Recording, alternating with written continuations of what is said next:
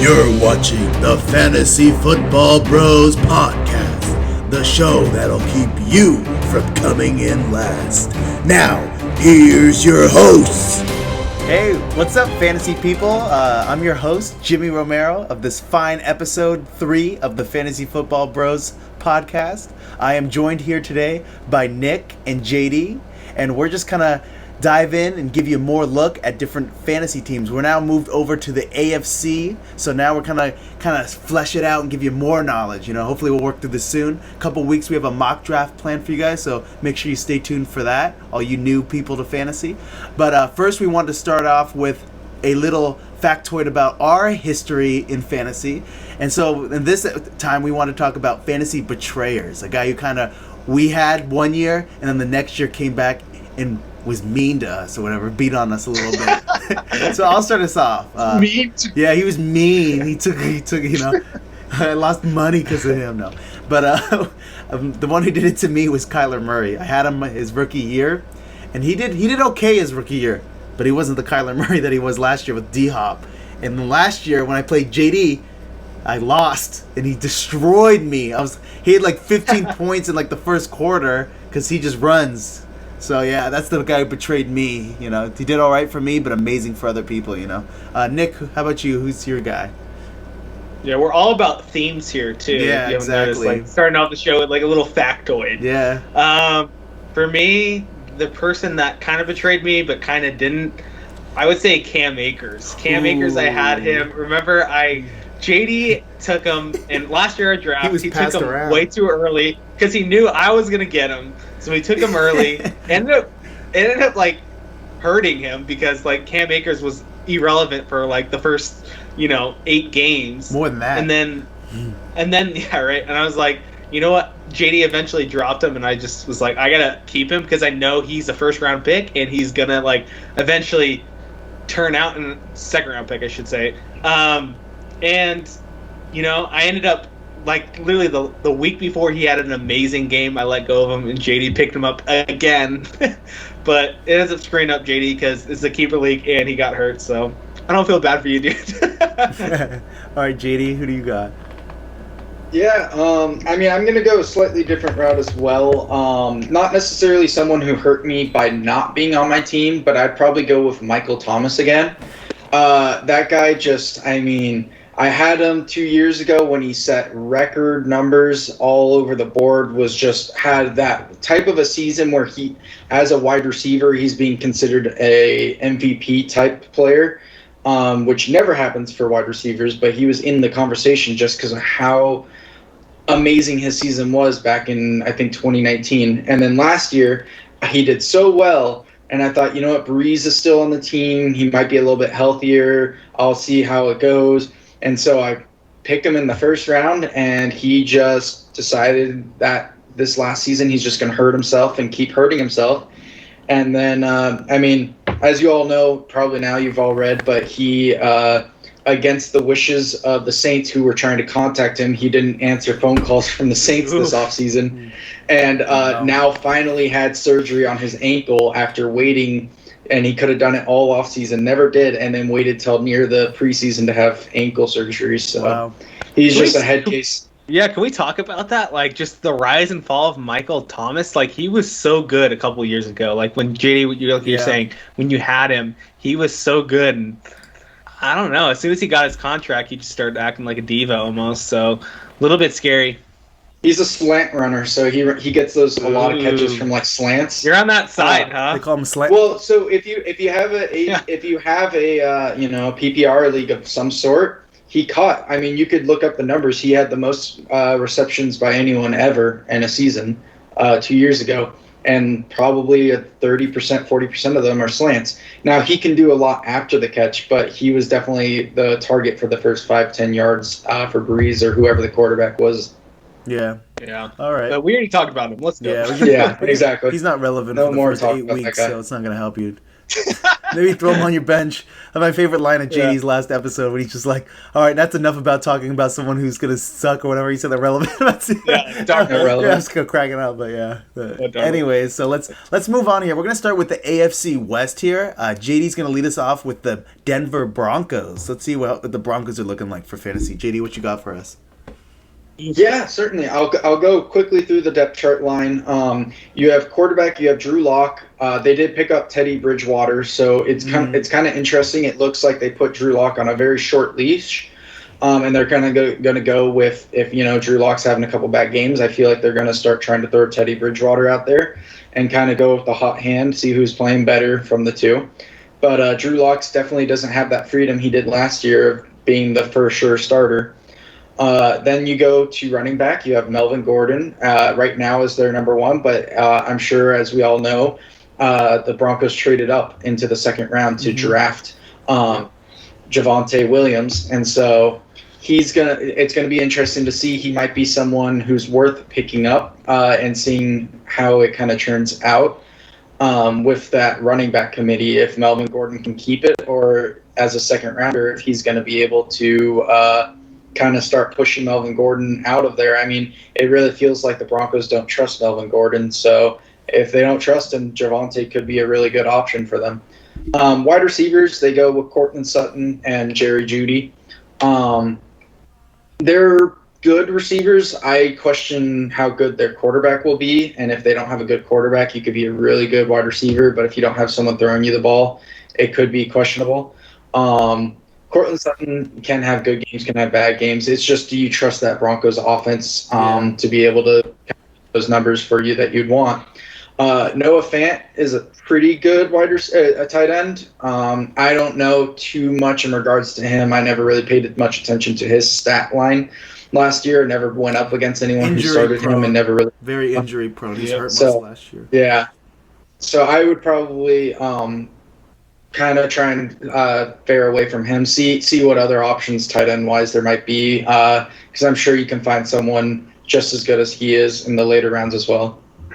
Yeah, I mean, just to piggyback on what JD's saying, it's like, can you trust Noah Fant? That's the thing. But then again, you look at tight ends, it's just like it's barren. There's none out there. So I think you can take a risk with Noah Fant. I think he's probably one of the tight ends that I would look at like later rounds and stuff. Mm-hmm. But I mean, he's certainly not like, to me, like a top 5 tight end. He's probably just outside the top 5, I feel like.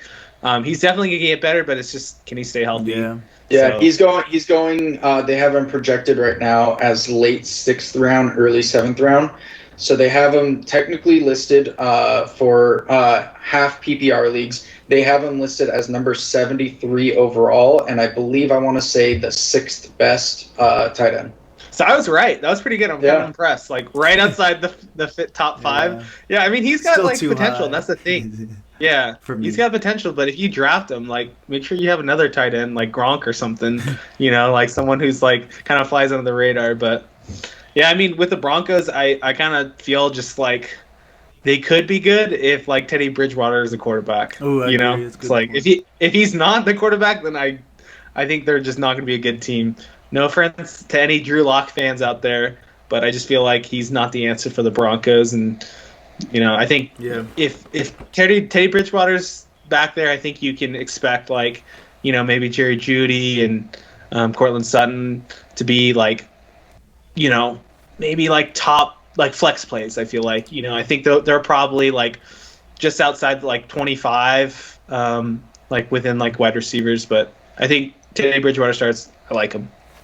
Yeah, I'd have to agree. Teddy Bridgewater would be the only way I would draft any of these guys, except maybe Noah Fant.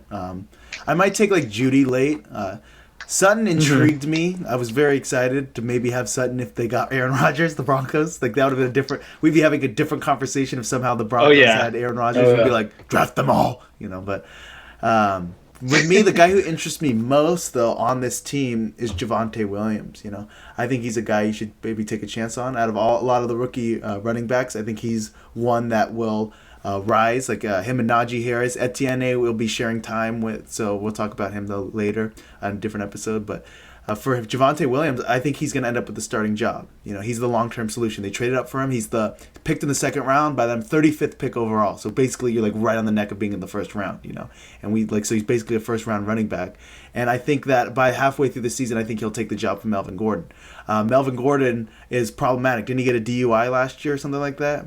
Yep, he did. So we have to remember that outside, there's the personal matters at hand that they have a lot invested in this Javonte Williams. They see him as their future running back. So they're going to try to integrate him into the offense. So that's good for us as people to draft him and throw him on the bench. You get him in a late round, throw him on your bench for a while, then halfway through you're like, oh my gosh, where'd this guy come from? It's like, because I knew to draft this guy and it didn't cost me that much. So to me, Javonte Williams just seems like a great pick and someone I'd be looking out for.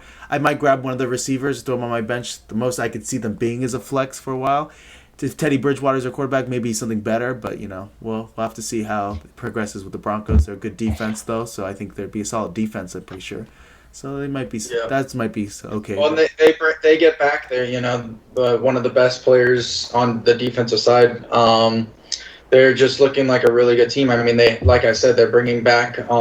They have Bradley Chubb. They have Von Miller. Yeah. No one can ever, knock down Von Miller. So it'll be interesting to see how they do, but they definitely always have a really good defense. That's something the Broncos always pride themselves in. Yeah. All right, so we're going to move on to the next team here. I'm going to have Nick because I know he likes this team. It's the Chargers. So, Nick, you want to talk about your boy, Austin Eckler? Yeah. I actually have two boys. I actually picked up Herbert last year right before he went off. And I was just like, you know what? Because of COVID, I just needed more depth at quarterback. And he ended up being a star. And, it was always the point that I was just trying to trade him for some value. But anyway, I also have Austin Eckler in that league. But I think the Chargers are going to be definitely an exciting team. The Chargers have that offense. They have a new coach. I think that Herbert's going to be great again. I don't think last year was a fluke. I think he's going to just keep taking steps forward of being a better quarterback. I also think Austin Eckler is going to be a steal in the second round. And I'm saying this because they're getting rid of Anthony Lynn. Anthony Lynn is a running back committee guy. He would always have 3 running backs on the ready. And Austin Eckler would be, the person that would catch the passes and run the ball, but he would also rotate him out constantly. So they're getting rid of him as the coach where he has that committee background. So I think Austin Eckler, I think he's going mid to late second round. I think he's going to be someone that you definitely want to snag before someone you think ahead of you is going to. I think he's going to have a great year again this year. I mean, 2 years ago, he went off as well. I mean, before he had Melvin Gordon was, I think he was holding out, and he just had just amazing fantasy numbers. It was insane. So I think Austin Eckler is someone that you definitely want to keep an eye on, maybe mid second round. Receivers, I mean, Keenan Allen, I mean, I love it. Yeah, he's awesome. Keenan Allen and the Justin Herbert connection, I'm buying. That is a real connection there. I don't know any other receivers. I guess Mike Williams. Mike Williams. Yeah, Mike Williams could be a flex play and something to hold on to. But he doesn't excite me like Keenan Allen does. I think they're just kind of Keenan Allen's going to be their top dog. And I know they traded Hunter Henry. I don't really even remember who's back on the free agent. Jared Cook's their they have Jared Cook. Jared Cook. I mean, Jared Cook could be a good tight end for someone that has no fan or something like that, expecting him to get hurt or something.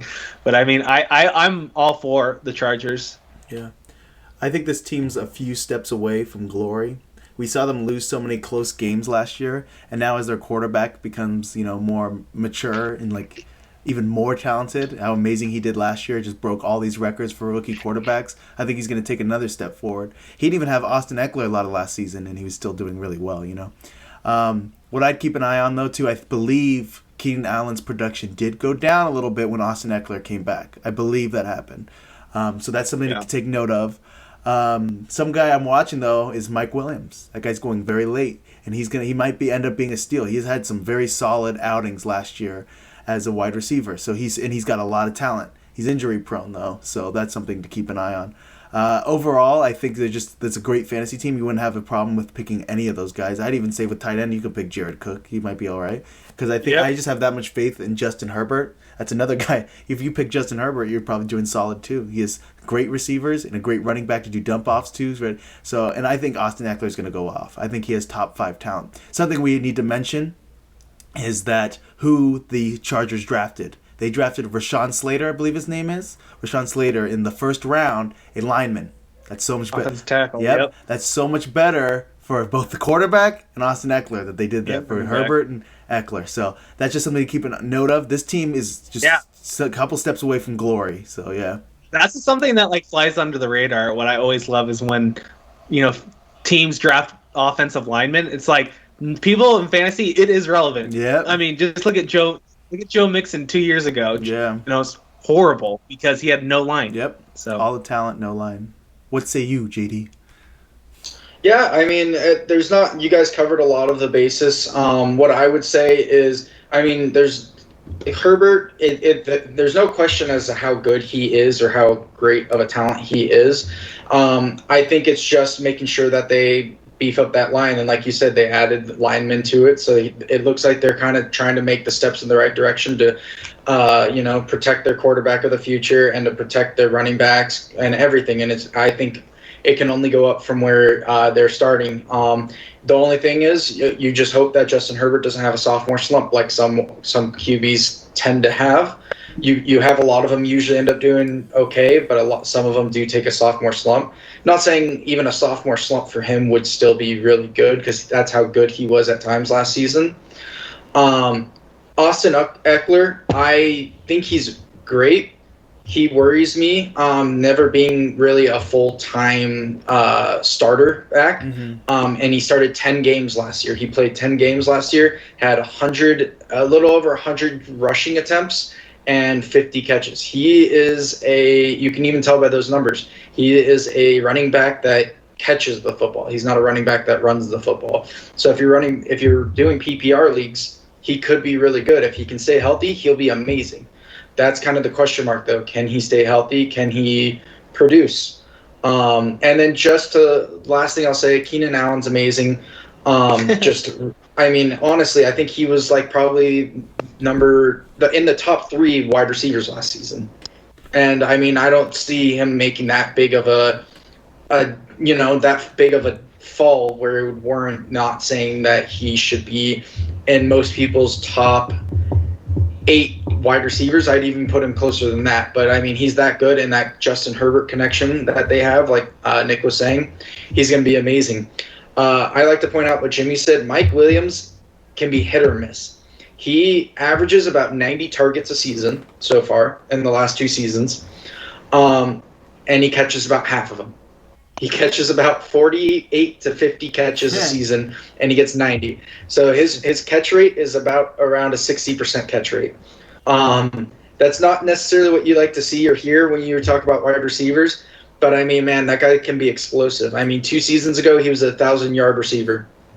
So as far as the speed and just everything, he has it. It's just making sure he can catch the football and work on those hands. And again, I've mentioned it earlier in a previous episode, but that's the one thing you can that I think wide receivers can always work on is their hands. You can't speed up a wide receiver. You can't make a route runner into a burner as easily as you can with making a wide receiver more sure-handed. So Mike Williams could be a steal if he goes potentially late, and he'd be someone I'd definitely keep a watch on. At the very least, he could be a potential bench to flex. Yeah. All right. Well, I think we covered them well. I think we need to also talk, Eckler. Good point about Eckler not rushing that much. You do maybe get a little nervous about him on the goal line. Like if they bring in someone else who's a little bigger, but we'll see how it goes. But I think he has the potential to be a top 5 running back, and I think we're going to see it this year. That's what I believe in. Yeah. But so let's move on to the next team here, and that I'd argue is the best team in football is the Chiefs. The runner-ups. The runner-ups, yeah, but hey, they were missing linemen. Best fantasy team too. Best fantasy team, yeah. What can you say about the Chiefs? Draft them. At least if their names are Mahomes, Kelsey, or Hill. Anyone else? I believe Hilaire I'm going to draft him. I believe in him, but I'm not going to necessarily be like, Hilaire's going to be amazing because they're a pass team like first. They want to throw it, as we can tell. Like Hilaire didn't get that much work like at like the goal line. They move him around. But for me, I would draft Hilaire. He's going, I believe, late second round. I think that's totally where I'd go with him because that's in the running backs. Like he's going to be the guy. They got rid of what was it? Darrell Williams. He's gone or was Darrell Williams. Darrell Williams, he's gone. So I think he has that backfield, and it'll be his backfield. Now he has a year under his belt. Damian. Williams, They have a Darrell Williams. They have Darrell Williams. They have a Damian and Darrell Williams. Okay, so they have 2 D Williams. Yeah, exactly. So, but Hilaire's their guy. They drafted him in the first round to be the first round guy. He did solid last year. People would like to call him, but he's probably a bust, I guess, for how high he was going. But he's not a bust in general. He did solid. Like he was just a solid guy, getting like 15 points a week. Even without touchdowns. All he needed was the touchdowns to follow suit, and then he would have exploded. And so, like we can see that happen with him this year. So he's someone to watch. Mahomes, I don't think he's. This is a hot take. I don't think he's the best quarterback to draft. I think he's the most consistent, but I don't think he's the best because he doesn't run as much as a lot of the other guys. I think I'd put Josh Allen, like Kyler Murray, both in front of him, who I'd want personally. But if you picked Patrick Mahomes, you're not a fool. Except, hot take, I think you are a little bit of a fool to take him in the third round. That's why I think it's way too early for a quarterback. His ADP going in the third round. Think about the running backs and receivers you could have. That's my opinion, though. To take a quarterback in the third round is crazy to me. But it's Patrick Mahomes. And you can rest easy when you put him in each week that he's going to get you those points. So the fool might beat me a lot of the times. Someone who I might call a fool might beat me. It might come back to bite me. But for me, personally, I don't think I can draft him that easy and justify it. But you're not wrong to have Patrick Mahomes on your roster. Travis Kelce, I think he's first-round talent. Just like the production of what he does versus other tight ends is just like the space that he puts between him and the other ones is ridiculous. The guy's just he's just someone you take and you want on your team that you can rest every week, that you have this tight end that's going to get you 15 to 20 points. Okay, at least 15 to 20 points. The guy is ridiculous. Tyreek Hill, explosive, fast as can be, fun to watch. We saw him go off against Tampa Bay last year. He has that potential to do that. He's consistent, and he has that ceiling that he'll explode through. So all those guys, I'd take them on my team in a heartbeat. So what about you guys? What are you guys' opinion on the Chiefs? Yeah, I mean, what can be said that isn't already like seen on the field? I mean, it's like yeah, like Patrick Mahomes, good at football. Tyreek Hill, fast. Yeah, all first-round talent. Those two. Kelce, like a generational tight end. Because, I mean, really, he is. I mean, I guess you can argue Gronk, too. But, I mean, I feel like Kelce, like, Gronk is just big. But Kelce's athletic. Kelce's, like, someone that, like, I feel like could play, like, multiple sports. Like, professional sports, right? I mean, he's, like, he's so athletic. So, I mean, really, those three guys, I mean, yeah, duh. Like, they're good, But, I mean, also, just to touch base with Hilaire, I mean, I think he's going to take steps forward. I just believe that. I mean, like you said, Jimmy, he was averaging, 15 fantasy points per, per game. And that's without even touchdowns. Yep. I mean, that's actually good. Seriously, if you think about it, you don't have touchdowns, we have 15 points. It's you'll take that. You'll take that. And then obviously with Damian Williams not in the picture anymore. I mean, that was really my only concern for having Hilaire, is having Damian Williams potentially opting back in at any point in the league last year. And they just kind of made him their horse. And it's like they took Le'Veon Bell last year midway through the season. I was a little bit scared for Hilaire owners because it's like, what is that going to mean? But we saw that Hilaire was their main guy that was getting more consistent touches than all of them, to the point where they just didn't even want to sign Le'Veon Bell. And I also don't think Le'Veon wanted to sign with them anyway, but it's another thing. But I think he's gonna do better this year, and he's gonna find the end zone. Yeah. I mean, last I'll say though, I kind of agree with most of what everyone's saying. You can't go wrong with Patrick Mahomes. I wouldn't call you a fool if you took him in the second or third round. Jimmy I would, think dude. I think there's better value. So I Dang, think Jimmy, there's Jimmy. probably better value and bang for your buck. But Yeah. I mean, you're not going to go wrong having him on your team. That's another person, like Jimmy was saying. He's consistent. He's someone who, I mean, he's been MVP or MVP talk for the past like 3 seasons, and every single season there's a reason why. He is just next level. I mean, I thought he was going to have like 1 or 2 seasons where he was going to do well, and I thought he was going to have a drop off like this past season or the season before that, and he never has. And I think he's just kind of proven himself that he's not just like one really good season like Carson Wentz has had, like Derek Carr's had like one great season, and then like a couple other good seasons. He's been great, Yep. amazing, great. Like just one of those players you're not going to strike out on. If you pick him, you're for sure. There's You're a fool. Yeah. I'm just so shook by that. I think it's too early, man. Hilaire still Hot take, I definitely said scares me. The one thing I'll say about Hilaire, if they do throw to running backs, he's the one who catches out of the backfield for them. He caught more than twice than their other running backs, so he's clearly a 3-down running back in that sense. They leave him out there for most plays. However, Darrell Williams, who they had last year, had the same amount of rushing attempts that Hilaire had. That scares me. Why do I think Hilaire's going to take over if they're still having Darrell Williams there, and they both carried the same amount of attempts almost? I think Darrell had 15 less carries throughout the season. So with that, Hilaire scares me. I think usually rookies they kind of tend to usually not rely on as much, and then as the seasons progress, they kind of give them more and more touches. So you know what? He could end up getting over 200 rushing attempts this season. He was very close last season, so definitely think he's going to take a little bit of a step forward. He just worries me because they still do have their other running back that they do favor at times too on the team. Going to tight end, Kelsey is, I mean, the best tight end. It's very hard to point out any other tight end who is as good as him. I mean, he's going in the first round in most drafts, and you're not crazy. And you're not crazy. You're not a fool. You're not a fool. You're not a fool. But if you pick Mahomes in the third round, you're a fool. I'm standing by that. Jeez, at Jimmy. Yeah. Like Jimmy and like Nick was Mahomes saying, owners. I was struggling throughout all of last season to find a consistent tight end that would get me 6 points.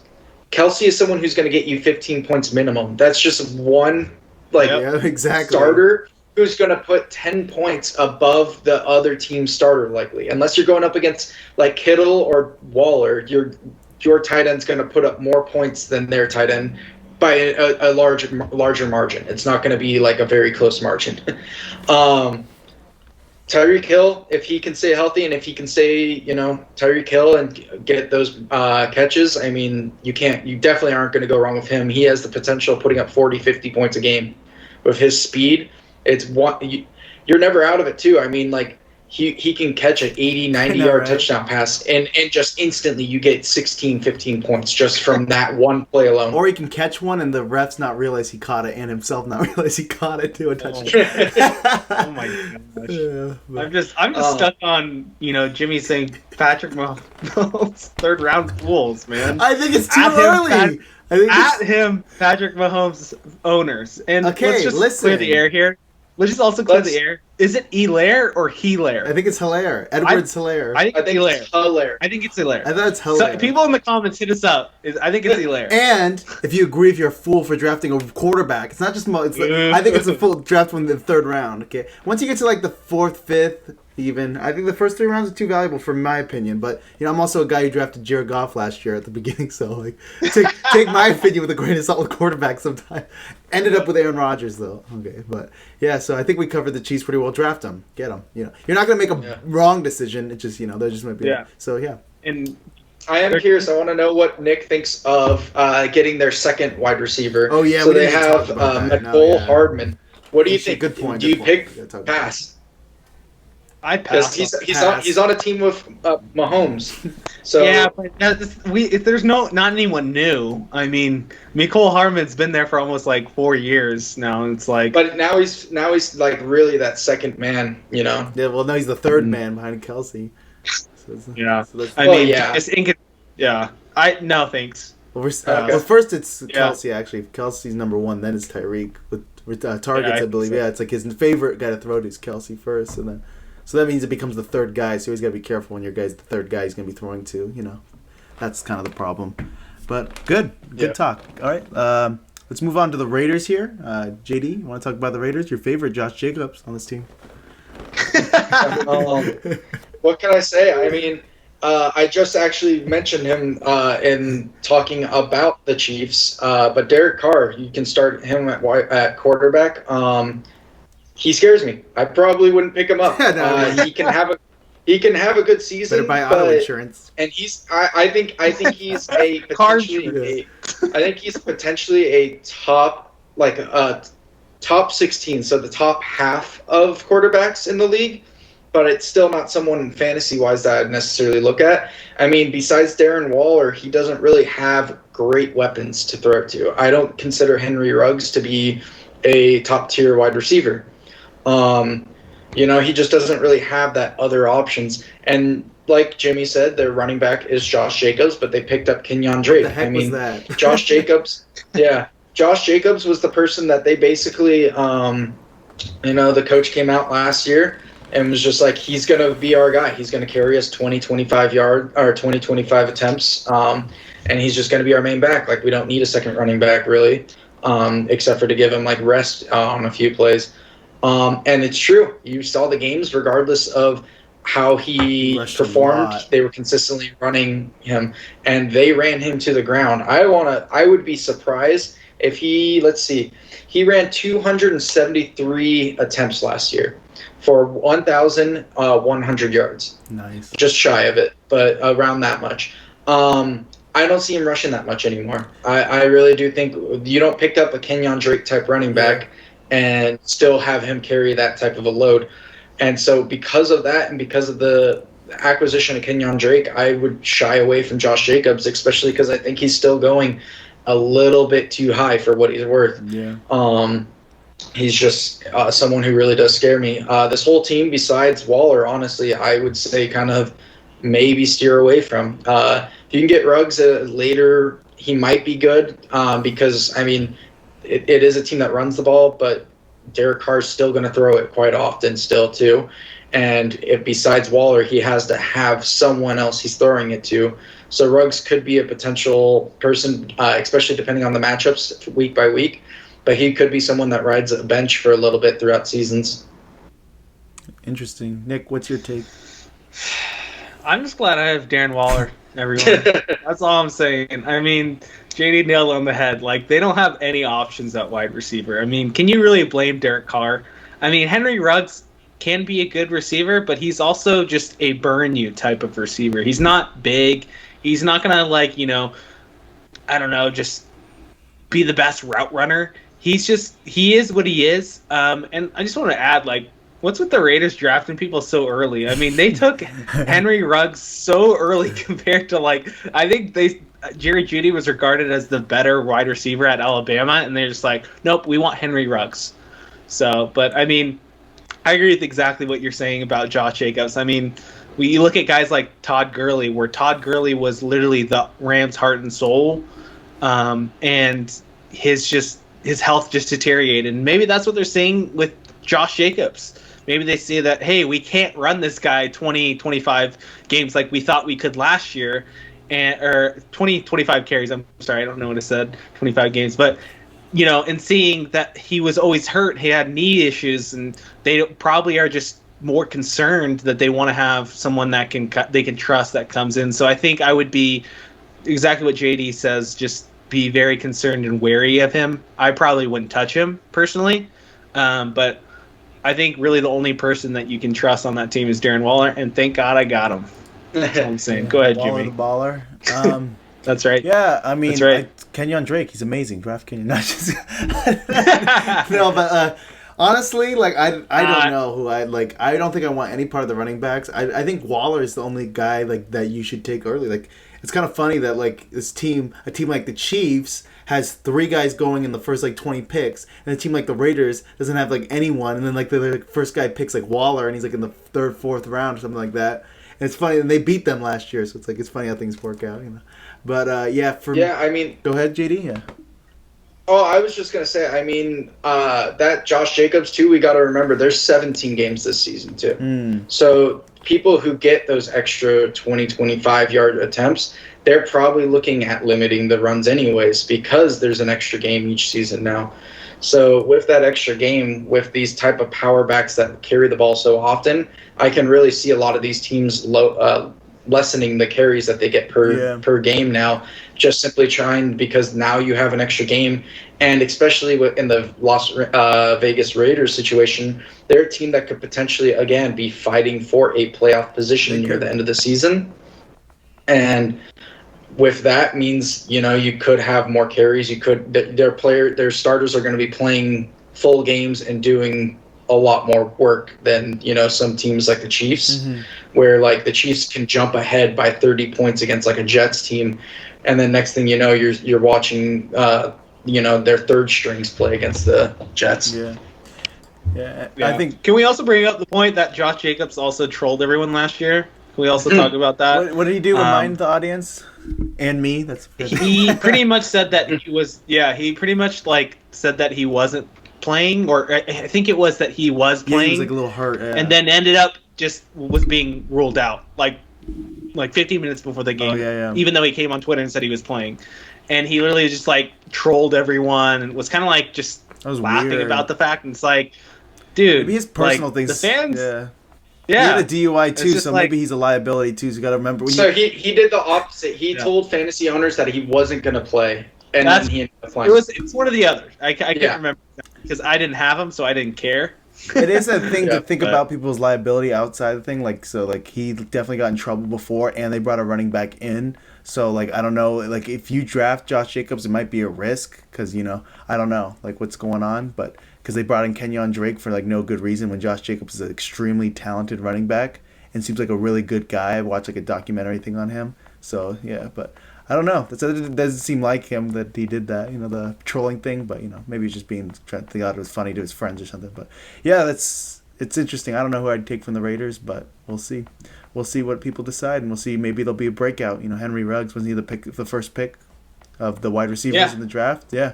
Yep. So imagine passing he's fast. Justin Jefferson for Henry Ruggs. Yeah, right. It's pretty wild, but all right. Good job, John Gruden. All right. So before we move on to the AFC East, let's talk about who from this entire division would be like the guy that's gonna like stand out. You know, like the guy to watch. You know, so who wants to start us off here with the guy to watch from this division? I'll go first. I think probably someone that you want to watch out for is obviously someone on the Broncos. I feel like they're just kind of like, they're not really exciting right now. I would say probably like Cortland Sutton I'm most excited about. If Teddy Bridgewater is the quarterback, and that's probably not going to be towards a little bit halfway through the season, I think you'll see him play a similar role that Robbie Anderson played for, like in the Carolina Panthers, where he's that deep threat. He's also, you know, that steady hand that I think that Teddy Bridgewater is going to be one to get him the ball. So I think really the person that I think that's going to fly under the radar that could be good down the line is Cortland Sutton. Oh, good one. JD, what say you? I mean, I don't think he's gonna fly under the radar, but I would still. I'm a big believer in Justin Herbert, just from his time at Oregon and all that too. I think he was really good at Oregon, and he proved himself last year. Yep. And like we were all saying earlier, they beefed up the line. He has as much talent, besides probably like the Kansas City Chiefs, as like almost any other team when it comes to Austin Eckler in the backfield, Keenan Allen, Mike Williams can be good, Jared Cook. It's up to debate on how good he can be. I drafted him way too early last year on the Saints, and he just underperformed. But you know, the Chargers have consistently always had great tight ends, and who knows, maybe they can change Jared Cook's career around. I mean, They went from having a Hall of Fame Antonio Gates straight into basically a Hunter Henry. Who knows if they can turn around this guy's career. But regardless, Justin Herbert, I think he's going after Dak Prescott, after all these other quarterbacks. He's, I think, the 7th or 8th quarterback to be taken. And I think he could potentially have a breakout season for fantasy owners to be a top 5 quarterback. He runs too a little bit too, so that's exactly why. Yeah, he runs. He runs a little bit, and I think he was averaging like a crazy numbers for yards. It was like 350 yards per game at points. I remember he had like one against where they should have beat the Chiefs and they ended up losing in overtime, but he threw like 400 or like something crazy. Yeah. For me, I already said it. It's the running back, Javonte Williams. I forgot his name for a second. Javonte Williams from the Broncos. I think he's just going to be really solid, and I think he'll be a good late-round pick to grab, store away, and then when he breaks out, you're like, oh, I already have this good team, and now I'm bringing in this guy, to even make it even better. So I think he's just a sneaky, good guy, Anyway, this is also going to be a very competitive division, by the way. Yeah. This is a very competitive division. It's a hard division to be in. I'm excited to see who comes out on top. I think obviously it's going to be the Chiefs, but I'm saying I think the Raiders are going to beat them maybe one time. Chargers I think the Chargers are going to beat them. Chargers, yeah. Broncos have the defense, definitely have the I think, to beat them. Possibly slow them down, It's going to be interesting. Mm-hmm. It's good. All right, so we're going to move on now to the AFC East. And let's start with the Jets. And who wants to grab the Jets? Oh, I'll go. Okay, yeah, go ahead and grab the Jets. What can be said? Jets, Jets. Fly away from this team in the draft. Yeah, I would try and stay away from most of this team. I mean, the thing is, I think they're taking steps eventually in the right direction. They drafted a lineman in the first round. They took another attempt at a franchise quarterback. They took a 4th-round running back that, as people are describing in camp, is a step above Telvin Coleman, Ty Johnson. He just looks already like a better running back. So I think there's potential on the team. I think we're a year or two out from it showing whether it's worth it or not to pick anyone from there. But, I mean, Michael Carter, depending on how late he can go, he's a rookie running back that people love over at the Jets right now. He's beating out Telvin Coleman for the starting position. I mean, they literally say he's a step above Telvin Coleman. And Coleman has that experience in the NFL that right now Carter doesn't, but he's still a step above. So he's someone I would potentially look for at later rounds. Zach Wilson, I would probably stay away from for now, unless if you're a big BYU fan or a big Jets fan. You can take those chances. I did that when it was Darnold's rookie year. I picked up Darnold because I'm a huge USC fan. But besides that, I mean, if you're a big fan of his, then you can pick him up. Otherwise, I would probably stick away from him too for now. They have Corey Davis, though. They picked up Corey Davis for wide receiver. And they still have Jamison Crowder, who was last year's Darnold's number 1. So they still have weapons per se. It just, again, rookie quarterback, rookie running back, rookie lineman, linemen that is in their second year. They have a lot of good pieces that I think once they start getting some experience under them could be a better offensive team than some teams may expect.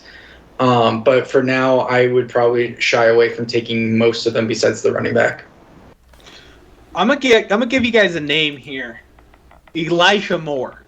Who? Okay, he's a wide receiver. A lot of us he is, and I've just been hearing some rumblings amongst the Jets coaches saying they've been really impressed in what he's been able to do.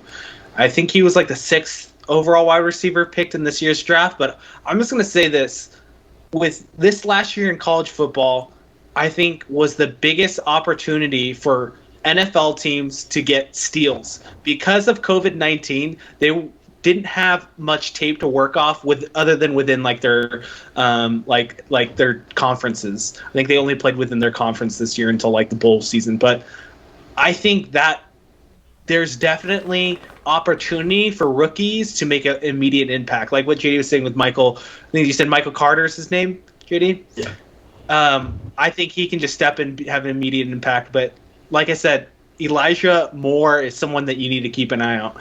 Like I said, a lot of coaches have been raving about him, and obviously, he comes out and says, "Oh, I should have been the first wide receiver. I have playing with a chip on my shoulder." And I think everyone says that who's not drafted as the first whatever in their position. I think even Josh Rosen said that too. So yeah, the Rosen one. I don't think you need to take that. But I mean, I think it is worth to be point out that this is definitely an opportunity for rookies to shine because we don't know, in later rounds, is because we don't know enough about them. Just real quick, also about the Jets is I feel like the Jets were cursed for so many years.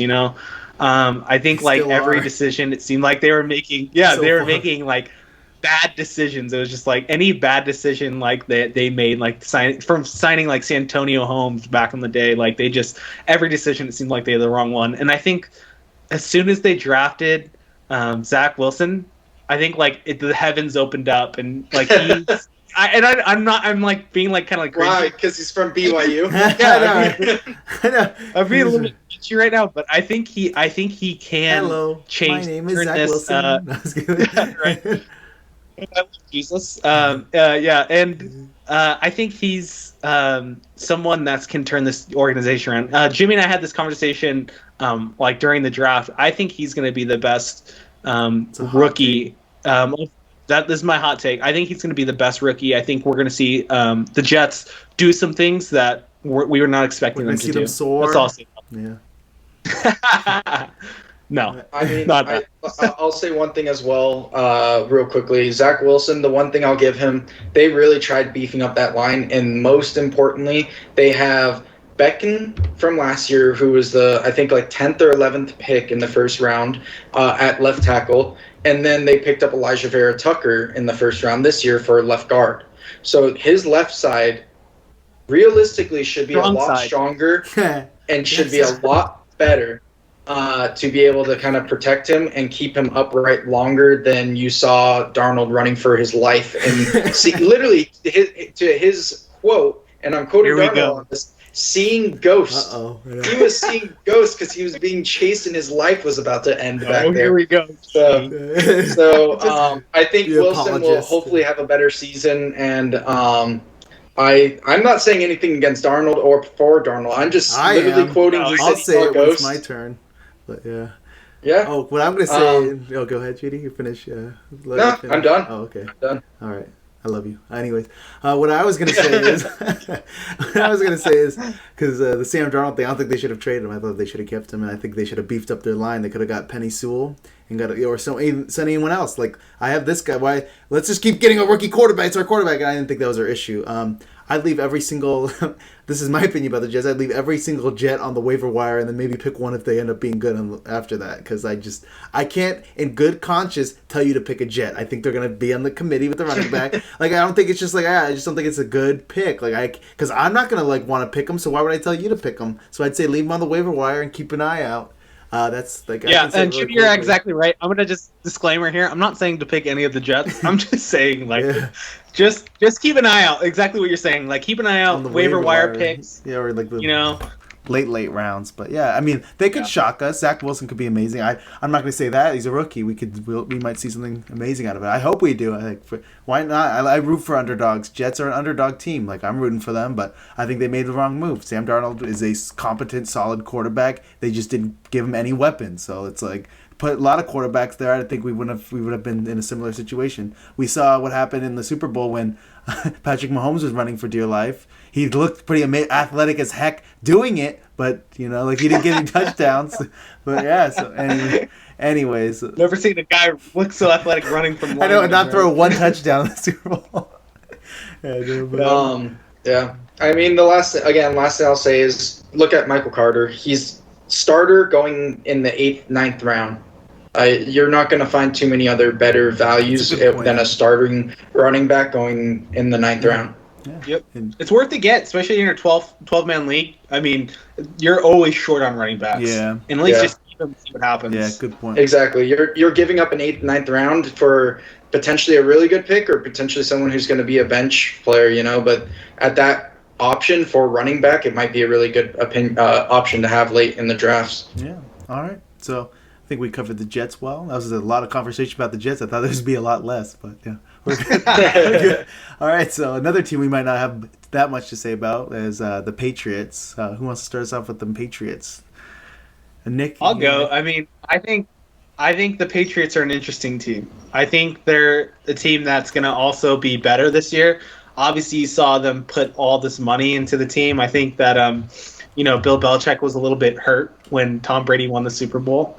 I think there was a lot of conversation when Tom Brady moved to Tampa Bay that well, we're going to find out who's the reason why they won the Super Bowls, and I think we did find out the real reason. It's Tom Brady. Not really, but I mean, I do, but go. I mean, Bill Belichick. I mean, everywhere he's gone, he's been a great defense coach. But that's another conversation for another day. But I think they pumped so much money into their offense this year because they just understood that it was like lackluster. Really, someone that I'm really interested in the Patriots is Damian Harris. Damian Harris is going to be someone that's going to be in the later rounds, and he's also going to be down we got a lion. Doesn't want me. I wanted to hear Leo's opinion on that. I didn't want to. He wanted me to reveal my secret. He doesn't want me to tip my hand to you guys. Right. He's like, it's a quiet. But he wants me to win. But Damian Harris is going to be someone is flying. I think he's like 6th or 7th round. Yeah. In 10-person league. Good point. And he's there to. It's his job. I mean, Sonny Michel is not going to be the starter. I mean, Sonny Michel was given the opportunity. He did not perform.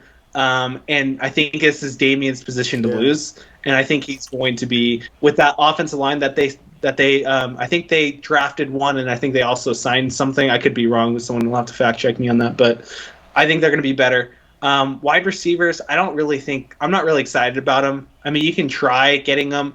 I think the big person to get in late rounds is going to be Cam Newton. Cam Newton, I'm not afraid that he's going to lose his job, but he is going to have to play well to keep his job. Yeah. With that being said, but I'm not afraid for him to lose it. But he is going to be someone that's obviously my cousin Johnny had him in our league, and I think he didn't throw he threw 86 yards, but he still got 20 points. He just run there. Yeah, but this time he actually has weapons to throw to. So I mean, he can be good. I really think that Cam Newton could be a steal in the later rounds. I really do. I don't want to touch the tight ends though. I'll talk about the tight ends because I had Jonnu Smith, and I love Jonnu Smith. And I love his picture with his neck. He had the big neck, and people would always in the comments be like, "What's up with this guy's neck?" In the little comments, I'll be like, "He's a man. That's what's up with his neck." But I like Jonnu Smith. I think he's a great man's neck before. He's got a strong neck.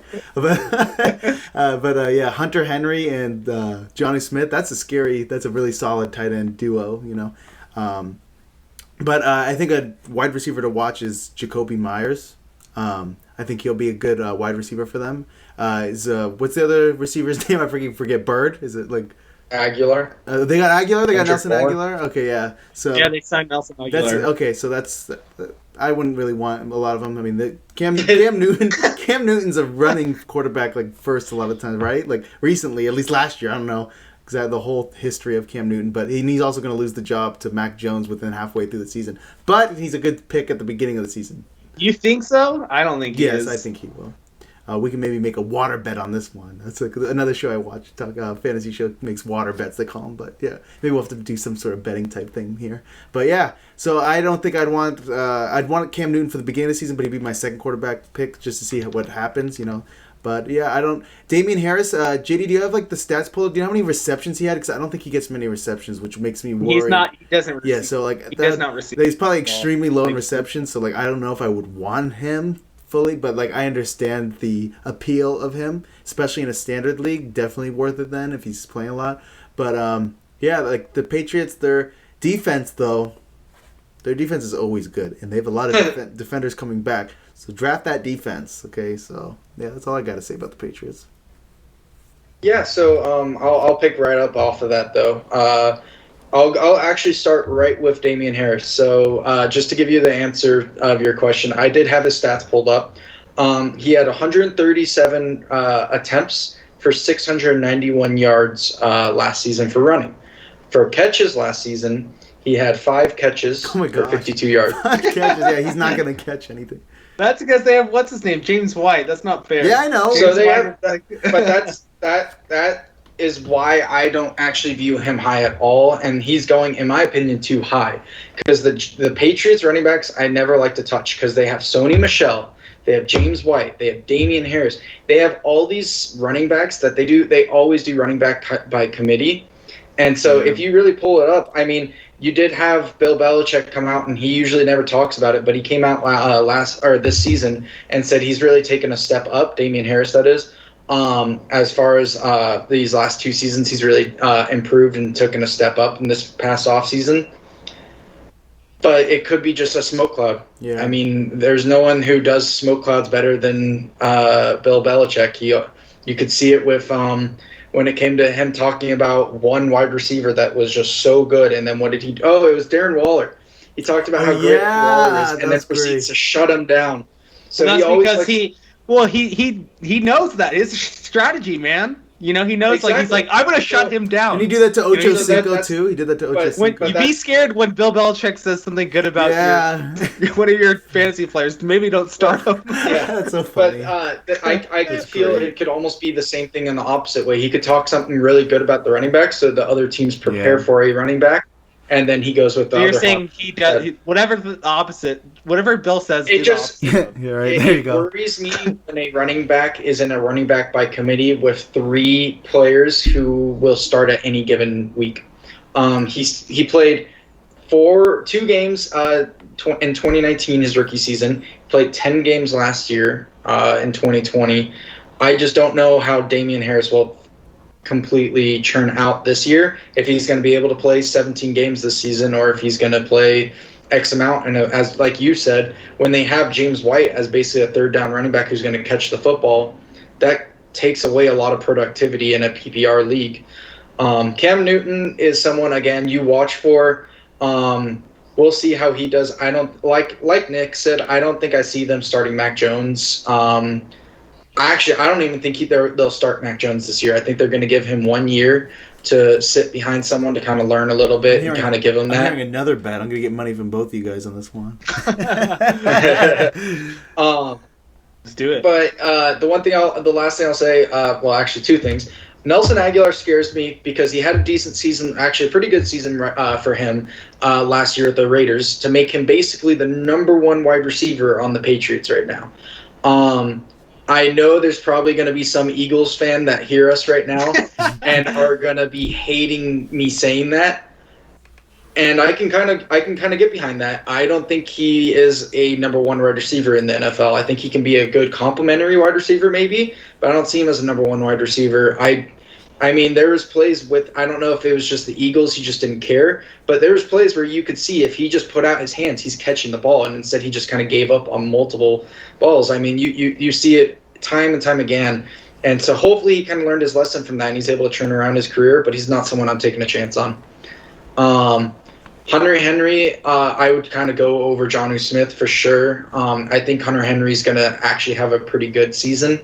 And the only reason I say that is Bill Belichick and that type of offense and everything was able to make do for however many years they had with Aaron Hernandez and Rob Gronk before Hernandez, did what he did, or caught doing what he did, I should say. But they were able to make both of them look amazing. I mean, there was a reason why Aaron Hernandez was probably considered the higher ceiling at the time when they were both playing together. He was getting the bigger contract, I want to say, when they both renewed. I mean, if they're able to do something like that again with Hunter Henry and Jonnu Smith, you could potentially look at Hunter Henry. I don't know how high he's going in drafts right now, but if you can get him for what you would feel is a good price for potentially someone who's going to split catches, it could be worth it. He could have a breakout season. All right, good. Well, I think we covered the Patriots well. We're gonna have to put some money or something on this. Yeah. Like something. Oh, we will. Because JD's saying tight ends good. I'm saying tight ends bad. I think Jimmy's saying Jonnu. So it's like this whole we're all. No, I different believe in pages, Hunter and I think- Henry. I just don't have much to say about the Patriots because I'm just like. We're all conflicted on the Patriots. So it's like, I just don't Yeah. know. I'm just going with my heart. I like Jonnu. Yeah. I don't make the receipts. That's all I'm saying. Yeah. Damian Harris. And baby. yeah, Mac Jones will be starting though, but that's what I think. Anyways, We'll see. I'll lead We'll us see. off with the Dolphins. So the Dolphins are an interesting team. We got Tua now in his second year. So we're going to see how that turns out. We knew last year that the Dolphins were very valuable in fantasy when Fitzmagic was there. And they were not Yep. valuable at all when Tua was there. So we're going to have to see how this plays out. Now, if we're going to assume that Tua maybe should be a little better, especially after his comment last year saying the NFL is not that hard or something like that, and he ended up being like one of the worst rookies. Good job, dude. Way to jinx yourself. All right. Anyway, so they do have some solid weapons. The only running back I can recall, which you guys will have to help me, is Myles Gaskin. I think he's a solid pick unless they get someone else out of the blue that is able to just take over for him. But Myles Gaskin. They do have Malcolm Brown. Oh yeah, they got Malcolm So Brown. they- That's who I forgot. They got Malcolm Brown. However, I still think Myles Gaskin will be their go-to guy, and I think he is someone to draft, especially for the round he's going for in ADP wise. He's going in like the 5th, 6th round, I want to say, or like it might have been the 4th, but it's around there. It's later rounds for running back for sure. I believe he's like the last running back you can get that I'd be confident in, like in the draft. That like if you don't feel like you have a confident running back, get him when you get to his point because he can probably be an RB2. Like if he gets the starting job, I think he'll be an RB2. Myles Gaskin, he was very solid last year, very solid outcome I think this year. With the receivers, they got Jalen Waddle, and Jalen Waddle is a speed machine. So I think he might be underrated, and we'll have to take a peek at what he does this year. And remind me of is it Parker? Devontae Parker? Is that the other receiver's name? Mm-hmm. Yes, Devontae Parker. Will Fuller is also on. Will on Fuller, that. he's suspended, and actually they have a plethora. I forgot Will Fuller. Yeah, I can totally remember that. They signed him even though he's suspended for the first few weeks. Will Fuller could sneakily be good. I just don't trust Tua. I don't know. Like we haven't seen him be what he was drafted to be yet. So can you confidently go and pick these wide receivers and including also pick the tight end Mike Gesicki, who did really well with Fitzmagic in? When Fitzmagic was in, all these guys were magic. When Tua was in, they weren't. So that worries me for picking any of these Dolphins. The only one I'd feel confident about picking is Myles Gaskin because at least he's the running back.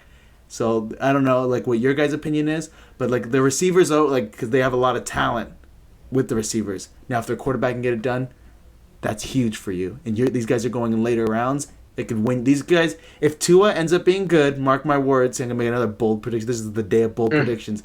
These guys could be league winners for you because they're going to go so late, and they could be like, one of these guys I think might explode. So we'll see. What do you guys think? I mean, I'll jump in. I think they can be really good. It does really depend on that quarterback situation with Tua. Just if he's going to be good, if he can live up to kind of what everyone thought he potentially could be when leaving Alabama, and just kind of what he even showed at Alabama. He looked like a really good quarterback at Alabama. Now, there's always that one step of, pros is so much faster, so much better than the college. So at Alabama, he's going up against some really good talents at LSU, Georgia, all these other places. The SEC defense usually is nothing to joke about. And so he showed that he can be worth it against the SEC defense. It's, can he get sophomore year? Can he make that big jump that some quarterbacks can? Some quarterbacks that's where they kind of falter. It looks like they're going all in on him. And I say that because they have, they picked up Austin Jackson the same year that they got him for lineman first year and first round. They now have Jalen Waddle at wide receiver. They have Will Fuller they signed in the offseason. Devontae Parker as wide receiver. They still went with another running back that they picked up to kind of potentially help out with Gaskins when Gaskins needs to come out. I don't think Malcolm Brown's going to steal carries from Myles Gaskins. I think Myles Gaskins is the clear number one there. But I think Malcolm Brown will come in and be complimentary. Mm-hmm. And I think their offense is being very eccentric around, can we get our quarterback to play well? If our quarterback can play decently well, I think they're a fairly good team. I mean, we saw it. They were like a couple games away from playoffs last year. I mean, every single time, to Jimmy's mention, Tua would start the game, play horrible. They'd throw Fitzmagic in there. He'd throw 50-yard touchdown pass or a 50-yard pass while his helmet's getting knocked off and he's literally blind and he's still making 50-yard passes. And then, they brought in, I think, Jacoby Brisket as the backup. So it'll be interesting to see. Going. Yeah, they got some Jacoby. So, I mean, he was the starter for 2 years ago before the Indianapolis Colts picked up Rivers, and he has that starting ability. So they might do something similar again. Throw Tua in. If Tua's not doing well, they're going to throw Jacoby in there. But it all breaks down to Tua. If Tua can perform, then this is a team that you should buy into. If Tua can't, it's a team that I would stay from. I mean, besides Myles Gaskins. Really, you guys really nailed it. I mean, everything is so important in Tua. I mean, I can't express that enough. If Tua is good, the whole team's going to be good for fantasy, right? I favor Jalen Waddle out of all of them. I think Jimmy really nailed it on that. It's just Jalen Waddle is going to be – he's fast. And he was even regarded as the better wide receiver over Devontae Smith. Yeah. So I'm not saying that means anything because, Alabama just has great everything. He picked first before but I mean, too in the draft. So. Yeah, so I think Jalen Waddle is going to be someone that I definitely want on my team, but it's just really whether if Tua is going to perform or not. And like to Jimmy's point, if Tua's good, he's going to win a lot of people leagues because he's going to go late rounds. Yeah, exactly. But I don't really, for me, I don't trust his passing ability. Yeah. But we'll see what happens. Good point. So yeah, all right. So I think we covered the Dolphins pretty well. I think it's JD's turn. You want to grab the Bills on the final team of the episode? Yeah, I'll talk about the Bills. I mean, it was my turn because I'm the Bills. Wait, I mean, Nick can go too. Nick loves the Bills. You know why I'm a Bill. I love my Bills because Josh Allen. Okay, Josh Allen literally won me the loser tournament. Nick totally hijacked this segment. I love it. Go for it, dude. Go. I know. No, got me in the playoffs. Yeah, well, yes. You both are Bills boys, all right? Give me a break. I'm a Bills boy. I love Zach Moss. Yeah. I'm just saying is, hey, you know what? Josh Allen, I drafted in 8th round, I think, and literally was just key. He was the best. And definitely, yeah. He's definitely someone that took a big step forward. It was kind of insane. Remember, he could not pass the ball, and I don't know if he can still pass the ball that well. It's more so he completes bombs. So, but I mean, I think with the Bills, you want their wide receivers. I mean, Stephon Diggs, you saw what he was able to do for Josh Allen in their passing scheme. Mm-hmm. He was so good for them, and maybe that's what the Bills needed to really highlight Josh Allen. So I think that anyone on the Bills wide receivers is someone that kind of excites me. Even like we saw Cole Beasley do well. Cole Beasley? It was kind of yeah. But I think for the wide receivers, because of Josh Allen and that Stephon Diggs, I mean, you want Stephon Diggs on your team. I mean, let's be honest. Like Stephon Diggs is what was probably like wide receiver 2 on the year, I want to say, or really 3. High. He was in the top 3 for sure. Someone can check me on that. There's one more Bills receiver number that I was 3 exactly. Number 3, I just checked. Was he number 3? Number 3, yep. Yeah, but I mean, I'm excited for the Bills. I mean, the Bills are going to be a better team. Emmanuel Sanders, but there was another one that he was a rookie last year. Gabriel Davis. Gabriel Davis. Oh yeah. Gabriel Davis was a rookie last year. Expect him to be better. Yeah. I mean, he's going to be someone that in their system that's obviously has a year of experience with them. Josh Allen's going to be able to, build some rapport with him, and obviously they're going to double team Stephon Diggs. Yeah, so they are. He's got to throw it somewhere else. Yeah, they're gonna and they don't really have any good tight ends that I'm, like real excited about. So I think keep an eye out for Gabriel here to be the number 2 receiver. I don't trust Emmanuel Sanders, and then obviously with like the running back situation, I mean, Devin Singletary, we thought he was going to be good last year. Not very good.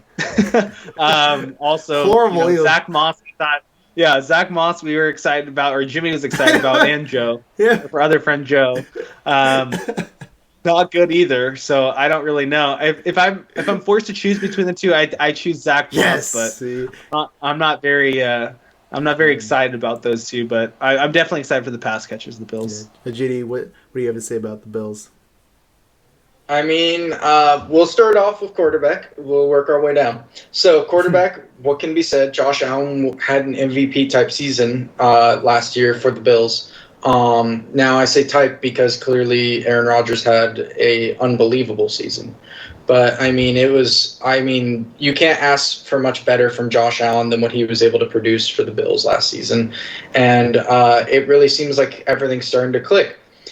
I don't think it is, but it can worry me that is this just another one season where he does really well. But I mean, the evidence is there that he took that next step.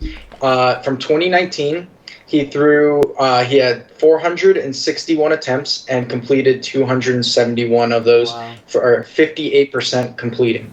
Wow. 3,000 yards, 20 touchdowns, and 9 interceptions.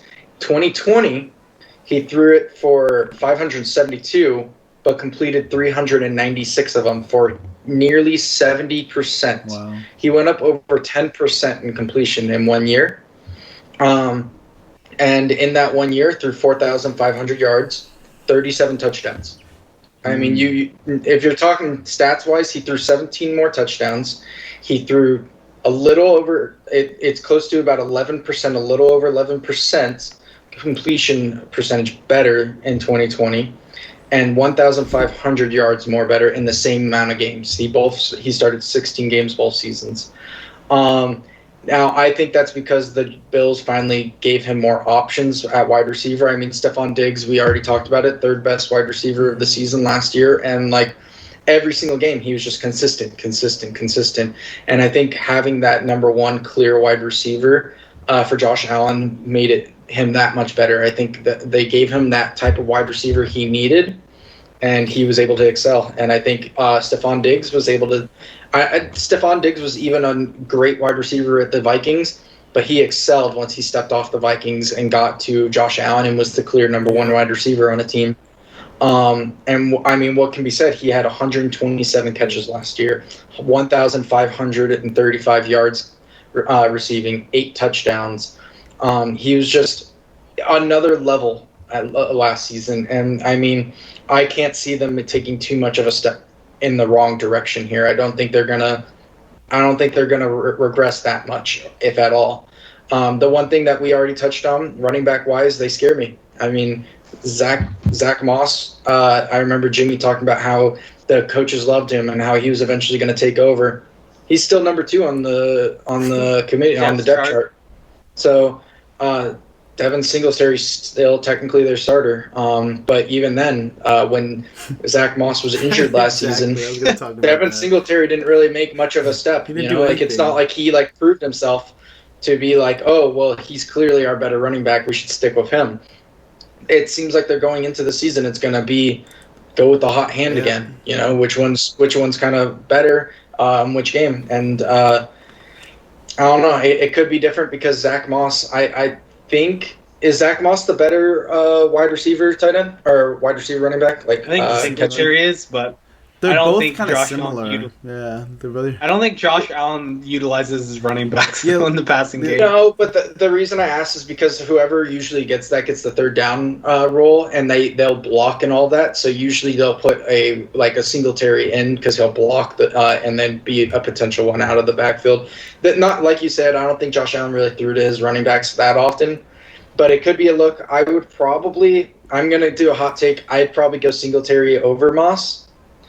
Because I remember how mad they were because Moss blew a couple clear blocks in the backfield and Josh Allen had a lot of pressure on him because Moss was making the wrong reads on pass rushing attempts. When people would pass rush against them, Zach Moss couldn't figure out which person to pick up, and it cost them a couple hits on Josh Allen. Josh Allen, we now know how valuable he is to the Bills. I don't think they're going to go with a running back who's not going to be able to keep him upright. Also just signed him to a big contract. Oh, yeah, a nice big contract for him. And they got Jake from Georgia. I mean, you guys covered it. There's not much more needs to be said. I think Josh Allen's going in the 4th or 5th round. I think it's okay to pick him there, maybe not the 4th or 5th. You wouldn't be a fool but yeah, Diggs, draft that guy. He's consistent. He didn't even need touchdowns to do as well as he did. He got so many points without even needing touchdowns. So I draft him in a second. Cole Beasley. I just want to add, Jimmy, also that at many points in the year, he looked like their only receiver too. Yeah, this team, like Josh Allen would just look at for him every time. Yeah, exactly. He's like, "Where's Diggs?" And it'd be like stressful when you play JD who had Diggs. He'd be like, "No, he's looking for Diggs," even though like the situation doesn't even call for Diggs. Like they were throwing it when it was time to kill the clock. I remember watching a game being like, "Why are they still throwing to Diggs? If they would have completed that pass, I would have lost to JD." Like, gosh, like it was like the game was over. Okay, anyways, yeah, they're a pass first team, so I don't want their running backs. I take that back. I might draft Zach Moss in like late round. There it is. Yeah, just because I have faith. He got hurt like the second week last year, so and then Singletary didn't do anything with the job.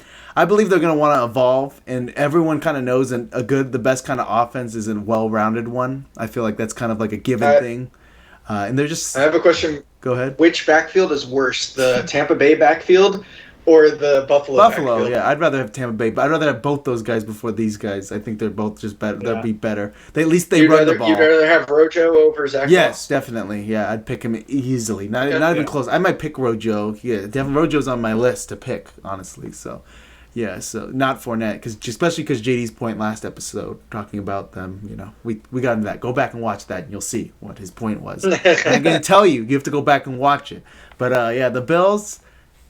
They're a team to get quarterback in Stephon Diggs and Beasley in the later rounds. Anyone else? Have fun. But so you prefer Beasley over Emmanuel Sanders and yes. Okay. Yes, he's just solid. I just think Beasley's very solid. Flex wide receiver 2. Stephon Diggs wide receiver 1 through and through. He's gonna do. I think he could do better than last year. Can get more touchdowns, even if that's possible. I think Josh Allen is gonna get even better. Like he's gonna mature, you know. But yeah, so Bills, I'm sold on that. All right, guys. So let's go ahead. Last thing I'm gonna say. I would still like. Nick brought up a good thing. I would watch Gabriel Davis though. Still. Yeah, I would keep it. With Gabriel Davis, he was a rookie last year, and he played. I think he still had almost 600 yards receiving as a rookie. And you usually expect them to get better, not get worse. Now, I know they brought in Emmanuel Sanders, but, I mean, he's still someone you could watch for. Potentially, I don't think he's getting drafted in many leagues. So he's someone that, watch a game to see how you kind of think he's going to play. If he's getting more touches or he's getting in the game more than, you expected or then he's valued at, he might be someone you want to pick up off waivers come week 2, week 3, seeing how he's doing. All right. Well, before we go, though, we're going to do our usual. You guys know the drill. We're going to say, who's the guy to watch from this division? So, who started us off last time with that one? I think it was me. All right, so JD, you're starting it off. Who's the guy? Okay, I'll start it off. I as you guys know, I was talking very highly of him. I think Michael Carter could be actually a steal for the Jets. Being the only thing that scares me about him is his size. I think he's 5'9" or so. And 180, so he's not a power back, but he's someone who's very speedy, can get it out of the backfield, and they say is still going to get the majority of the touches. The coaches even came out and said he's a step above. He's gonna be really good, and I think he already it seemed had meshed well with Zach Wilson from what I've heard. And so, I mean, you can never put into words how important sometimes a running back's relationship with a quarterback, especially a rookie quarterback, can be. Rookie quarterbacks, sometimes you tell your rookie quarterback, just dump the ball off quick. You don't want to get hit. What's quicker than, doing a 3-step back? You let your wide receiver do a rub route where rubs off the defensive end or linebacker and kind of gets open in the backfield for a couple yards rushing. I value him very high, actually, and especially for what he's going. I have most leagues have him around the 89th pick, the 89th pick overall. So at 89th pick, I think you're getting a good steal, especially a rookie. If you're playing keeper league, he could be someone that he might go 89th this year. But as we've seen with a lot of running backs, the next year they go up tremendously. I mean, you have a lot of people who make those type of huge jumps from year 1 to year 2. He could be someone that you could keep for a very cheap pick. Nice. Yeah, I'll go next. I think it's Gabriel Davis for me. I mean, the Bills' offense is too good where it can only rely on just Stephon Diggs to carry him through. So I really think that he's going to take a step forward. I also think that you're going to see more teams say we're not going to lose to Stephon Diggs and Josh Allen, and I think he's going to go ahead and utilize him more. I don't think you should draft him per se, but I definitely think that he's someone that you need to evaluate. For me, it's Jalen Waddle. He's his boy. He's Tua's boy, right? You know, they're both Alabama boys. He's not getting drafted really and getting paid attention to. I think he has a lot of potential to break out. Tua feels comfortable with guys. Guys go to people who they're comfortable with, you know. And he's just got that speed, that all-around talent, you know. And I think he could explode. Does he have a very bust potential? Yeah, he has very bust potential. It might be nothing. But I just think he's someone to keep an eye on and to watch for sure. Well, all right. Well, that does it for us this episode 3 of the Fantasy Football Bros. Make sure to comment, like, and subscribe to our channel. And make sure and follow us on the social media platforms down below. And send us emails, send us tweets and questions Yeah, we can answer. and also let Jimmy know if you're a fool and drafted Mahomes in the 3rd round. Exactly. Let me know who the fools are. But thanks for joining us, and we'll see you soon on the next episode. Thank you. Thanks for watching the Fantasy Football Bros podcast. Make sure to like, comment, and subscribe. See you next time.